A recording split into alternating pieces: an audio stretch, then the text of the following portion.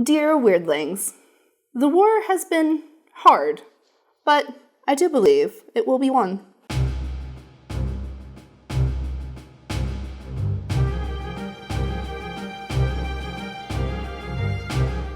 This is the game of Grizzled, a game for 2 to 5 players where you are trying to win World War I.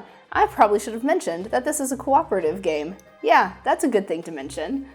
In this game, you and your friends are trying to really survive World War I, and though it is simple, it is deceptively hard to win. When setting up this game, everyone will be passed 2 support tokens, a left and a right. You will then randomly choose a 3rd support token.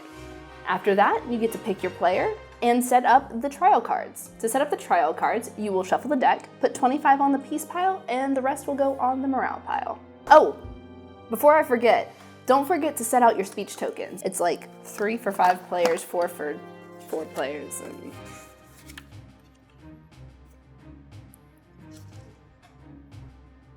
5 for 2 or 3 players. I knew that. To start the game, the leader token will be handed to the hairiest player on the board. Not me, ever. I never get to be first. As the leader, you get to choose the mission size.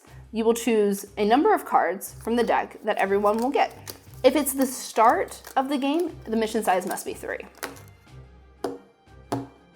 Starting with the leader, you will each take a turn, because the leader must lead you into the charge of battle. On your turn, you can do one of 4 things. You can play a card from your hand, either into the battlefield or in front of you, play a speech token if you have one, flip your good luck charm to take a card off the battlefield, or withdraw from battle by taking a support token and placing it on your character. Those are the things you can do. Now let's explain why the that matters. A mission is successful when everybody withdraws from the battlefield. A mission fails whenever 3 of a kind show up on the board. Kind of like that. The rain. It sucks. Once a mission succeeds or fails, you will then deal with support tiles.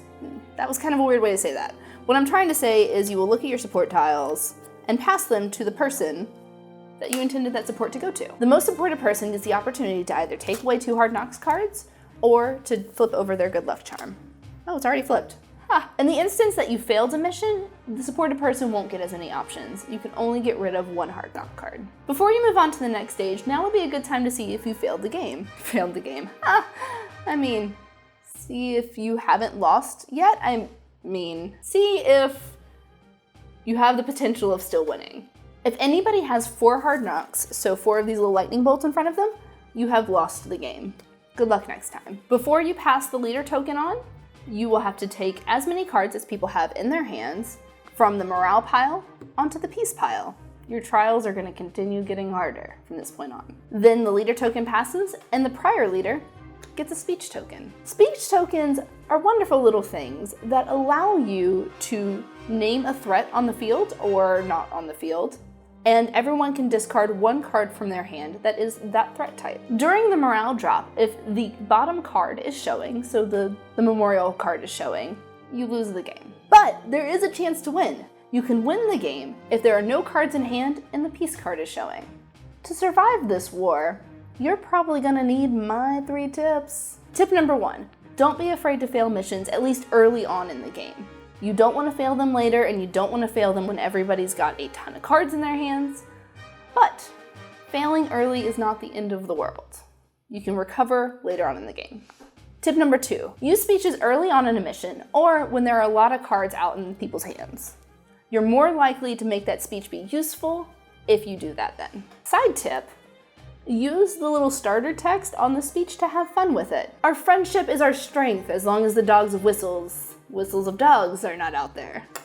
Tip number 3, mission size is critical. Now I know they say size doesn't matter, but when it comes to missions, it does. The smaller the size, the more likely you will get cards out of people's hands, which means the trials pile will not empty out as quickly. The higher the mission size, the harder it is, but the more rewards you get because you're closer to finishing the game.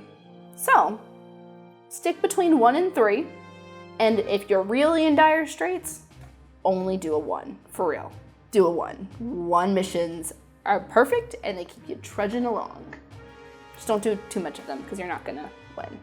This game has probably beat out every other co-op game I've ever played. I adore how this game plays. It's small, it's easy to take with you, it is really hard for a co-op game. Like, deceptively hard. Game sounds easy. It's hard. I have won 2 games out of many. It's hard. This is also a game based on World War I, which is not common in the non-historical gaming space. World War I is not very well represented, and this game was made hard because World War I and trench warfare was hard. Another thing to note about this game, the artist of this game is actually a French artist that passed away during the Charlie Hebdo attacks. And this was the last thing he produced out of there, and this was his labor of love.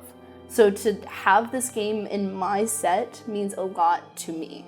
What are some of your favorite co-op games? I know Pandemic is a group favorite, but I want more co-op games that really make you feel that camaraderie when you're like going at it. I'm not talking about cooperative, like fighty games. I'm talking about real co-op games.